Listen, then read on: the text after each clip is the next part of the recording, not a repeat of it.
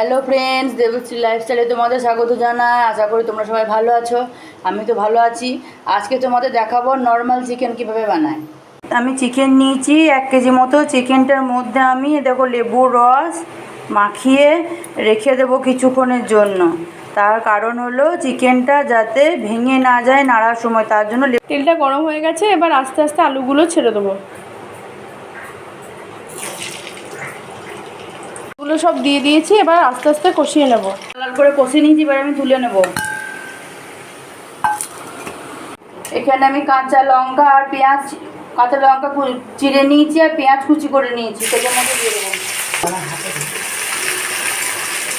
পেঁয়াজগুলোকে আমি লাল লাল করে ভেজে নেব।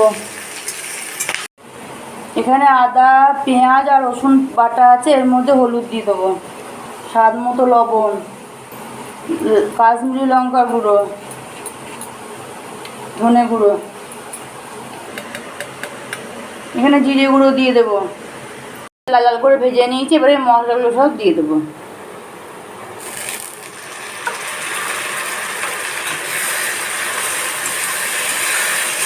টমেটোগুলো দিয়ে দেবো। এই মশলাটা কিছুক্ষণের জন্য কষিয়ে নেবো, যতক্ষণ না পর্যন্ত তেল ছাড়ছে।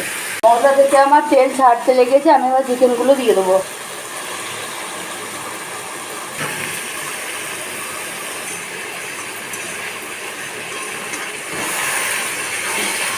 চিকেনটাকে আমি ভালো করে কষিয়ে নেব। চিকেন থেকে অনেকটা জল বেরিয়েছে বন্ধুরা। আমি এই জলের মধ্যে চিকেনটা সিদ্ধ হয়ে যাবে। আমি কষা আলুগুলো চিকেনের মধ্যে দিয়ে দেবো, দিয়ে ঢাকা দিয়ে দেবো।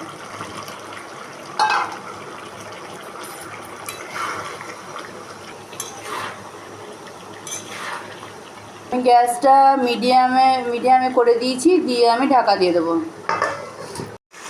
চিকেনটা আমার কষা হয়ে গেছে, আমি এবার জল দেবো। প্রায় 80% চিকেন আমার সেদ্ধ হয়ে গেছে, আমি সেরকম পরিমাণে জল দেবো।